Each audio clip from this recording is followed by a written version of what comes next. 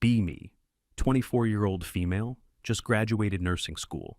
Always been hardcore feminist. Believe patriarchy is root of society's problems. Constantly posting about toxic masculinity and male violence. Firmly convinced that men are inherently more aggressive and dangerous. Women are peaceful, nurturing creatures held back by oppressive systems. Decide to work emergency room to help victims of male violence. Want to make difference supporting women who've been hurt by men. Get hired at City General Hospital for night shift position. Night shift pays more, and I figured it would be quieter. Completely unprepared for what I'm about to witness. First week of orientation during day shift seems manageable. Mostly elderly patients, minor injuries, routine medical issues, few domestic violence cases that confirm my beliefs about male aggression. Women with bruises clearly beaten by their boyfriends or husbands. Reinforces everything I believed about men being violent oppressors. Start night shift rotation, thinking I understand what to expect. First Friday night completely shatters my worldview. 11 p.m., drunk woman brought in by ambulance. She's screaming, throwing punches at paramedics and nurses. Takes 4 people to restrain her while she hurls profanities. Attacks female nurse trying to start IV. Leaves scratch marks on her face. Male security guard tries to calm her down gently. She spits in his face and tries to knee him in groin. Nothing in feminist theory prepared me for violent, aggressive woman. Watch male staff handle situation with incredible patience and restraint. Meanwhile, female patient is absolutely feral and dangerous. Midnight brings in domestic violence call. Expect to see battered woman needing support and care. Instead, it's 25-year-old guy with black eye and scratches. Girlfriend attacked him with kitchen knife during argument. He's embarrassed and keeps making excuses for her behavior. She was just stressed about work. It's not her fault. Female cops who responded to call roll their eyes. Another one who won't press charges against his psycho girlfriend. Discover that male domestic violence victims are surprisingly common, but they never report it because society doesn't take it seriously. 2 a.m., bar fight victims start arriving. Expect to see men who injured each other in testosterone-fueled brawl. Instead, it's 3 women who got into vicious fight over guy. Hair pulling, scratching, biting, broken bottles as weapons. Injuries are actually worse than typical male bar fights. One woman has chunk of hair ripped out. Another needs stitches. Male bouncer who broke up fight has scratches all over his arms. Women fights are way worse than men fights, he tells me. Men punch each other and it's over. Women try to kill each other. Start noticing pattern that challenges everything I believed. Women can be incredibly violent when they want to be. Often more vicious and personal than male violence. 3 a.m., overdose patient brought in by girlfriend. Young guy who took too much fentanyl, barely breathing. Girlfriend is hysterical, but not in a way I expected. Screaming at unconscious boyfriend about ruining her night. I told you not to do that shit when we're supposed to party. More concerned about her plans being disrupted than his life. Nurses work frantically to save his life, while she complains. Male friend who called ambulance sits quietly, clearly worried. Contrast between male and female reactions is striking. 4 a.m., sexual assault case arrives. Prepare myself to comfort female victim of male predator. Instead, it's 16-year-old boy who was assaulted by older woman. Kid is traumatized and confused, doesn't understand what happened. Female social worker immediately questions if he really didn't want it. Are you sure you didn't lead her on or give mixed signals? Same victim blaming that feminists condemn when applied to women. Realize that male victims get even less support and understanding. Society assumes boys and men always want sex regardless of circumstances. Rest of shift brings parade of cases that don't fit narrative. Woman who drove drunk with kids in car, crashed into family. 3 people dead because of her poor judgment. She shows no remorse, blames everyone else for her situation. Meanwhile, male paramedic who worked accident scene is crying. He can't stop thinking about children who died needlessly. Woman who stabbed her boyfriend with screwdriver during argument. Claims self-defense, but witnesses say she attacked him first. Boyfriend refuses to press charges because he loves her. Woman who abandoned newborn baby in dumpster behind restaurant. Shows up seeking medical care for herself, not concerned about infant. Male janitor who found baby is traumatized by discovery. Works extra shifts to pay for therapy after witnessing neglect. Start second week with completely different perspective.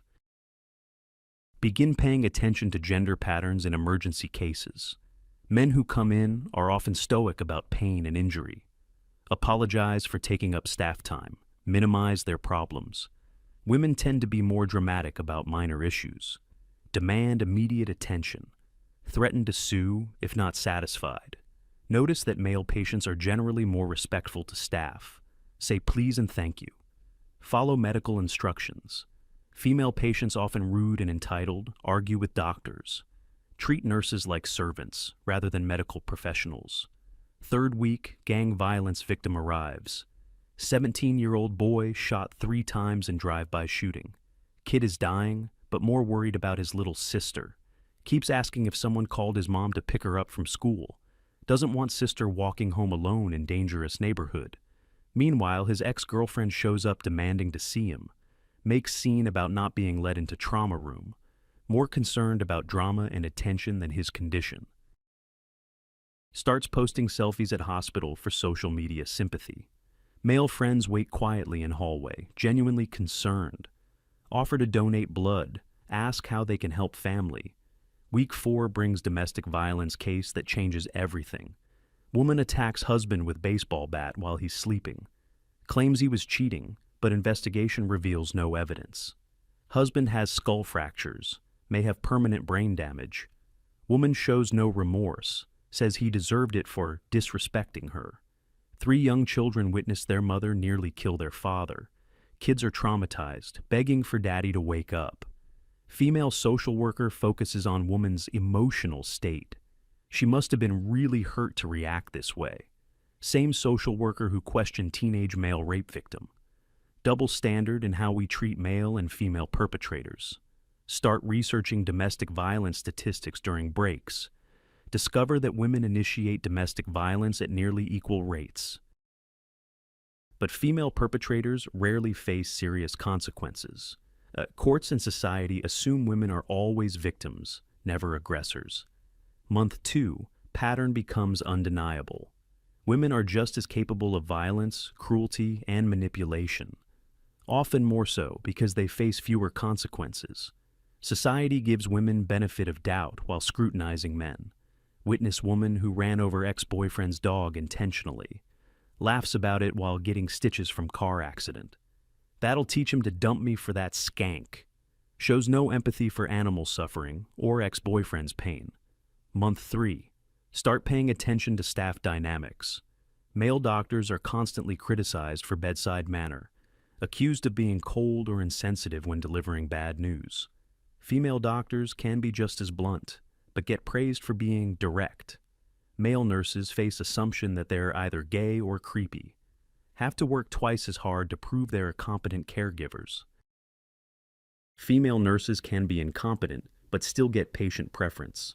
Notice that violent patients almost always target male staff. Assume men can handle it while demanding gentleness from women. Male security guards get attacked regularly, but expected to remain calm. If they defend themselves, they're accused of excessive force. Witness the female patient assault, male nurse with medical equipment. She faces no consequences because she was in pain. Male nurse who gets injured is told it's part of the job. Month 4, attempted suicide case that breaks my heart. Teenage boy tried to hang himself after being falsely accused of rape. Girl at school made up story when her parents found out about consensual sex. Even after she admits lying, boy's reputation is permanently destroyed. Lost friends, college prospects, family relationships ruined. Suicide attempt was result of social ostracism and hopelessness. Girl who lied faces no consequences for nearly killing innocent person.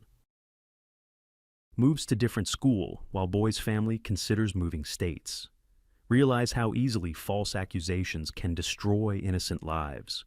Start researching false accusation statistics and find disturbing data.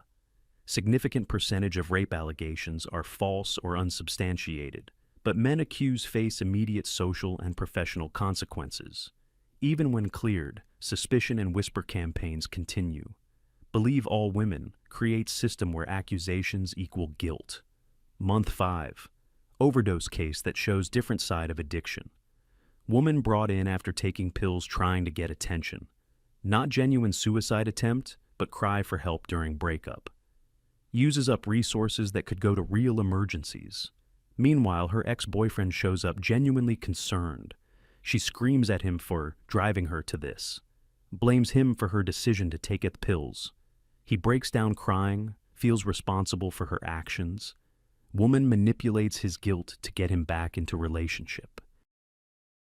Witness emotional abuse and manipulation in real time. Realize that women can be psychologically abusive just like men. Month 6. Child abuse case that destroys my faith in maternal instinct. Mother brings in 3-year-old with suspicious injuries. Claims child fell downstairs, but injuries don't match story. Investigation reveals systematic abuse and neglect by mother. Father had no knowledge, works 2 jobs to support family. Mother was supposed to be primary caregiver. Child has old fractures, malnutrition, signs of chronic abuse. Social worker still focuses on supporting the mother. She must be overwhelmed, single parenting is hard. Except she's not single, just chose not to work while abusing kid. Father is devastated when he learns what happened. Month 7. Start questioning everything I believed about gender. Women are not inherently more peaceful or nurturing. Men are not inherently more violent or dangerous. Society's assumptions about gender are often completely wrong. Witness more female perpetrators and male victims than expected. System is biased toward protecting women even when they're aggressors.